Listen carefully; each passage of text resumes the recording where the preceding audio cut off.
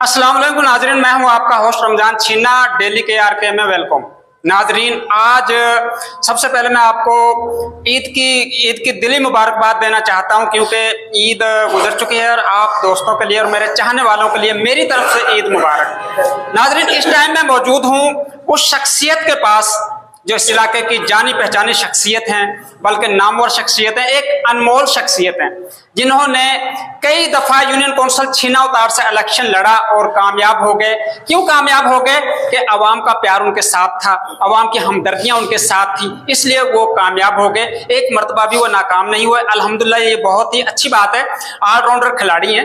और इसके बाद जो है उन्होंने पाकिस्तान मुस्लिम लीग नून की तरफ से एमपीए का भी इलेक्शन लड़ने की उम्मीद रखी थी, लेकिन किसी वजह से टिकट नहीं मिल सका और इलेक्शन नहीं लड़े और पार्टी को सपोर्ट किया। आज वो शख्सियत हमारे पास है, उन्हें हम और तुम ही नहीं जानते बल्कि पूरा इलाका उन्हें जानता है।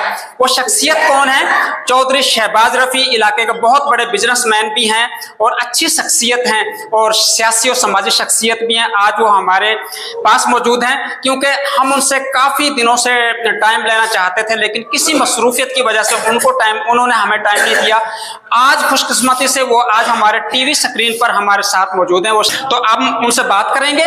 चौधरी शहबाज रफी जो आज हमारे पास यहाँ पर मौजूद हैं और वो यहाँ पर बैठे हुए हैं अपनी आवाम के साथ, जहाँ ये इस यूनियन काउंसिल की आवाज।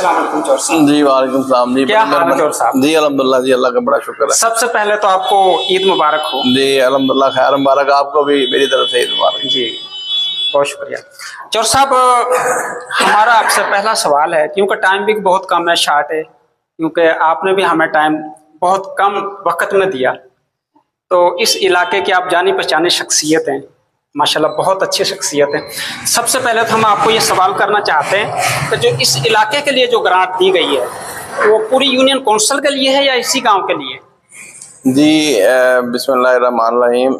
जो ग्रांट 2 महीने पहले आई थी, तकरीबन 1.5 करोड़ रुपए की ग्रांट बाबा जी मलक रशीद अहमद खान साहब ने दी थी।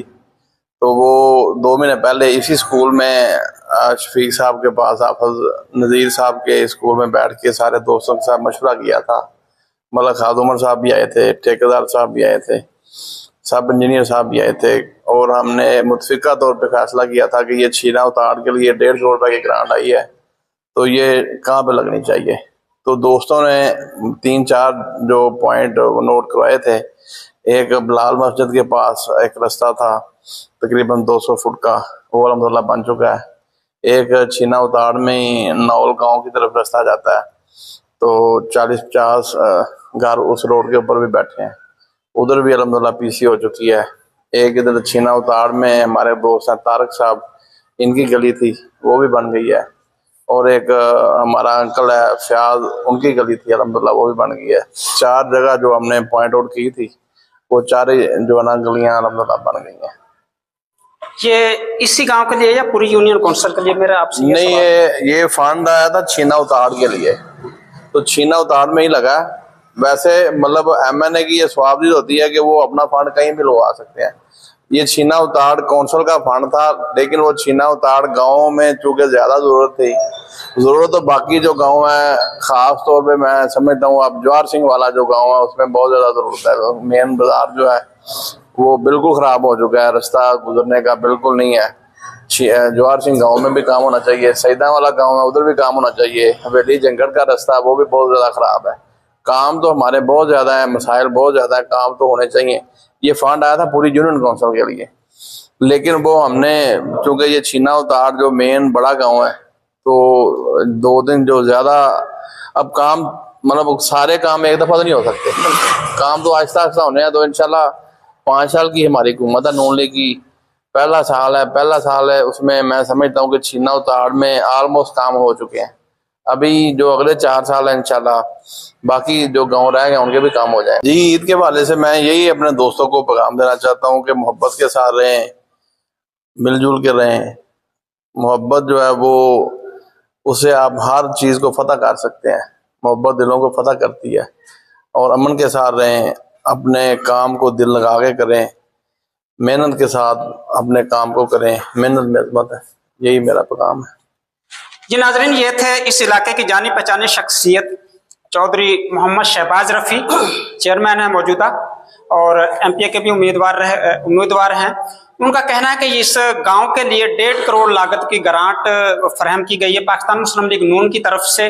कुछ हिस्सों में उसको लगा दिया गया है, बाकी जो अभी अधूरे रह चुके हैं उनका भी काम अभी होना बाकी है, वो भी करेंगे इंशाल्लाह।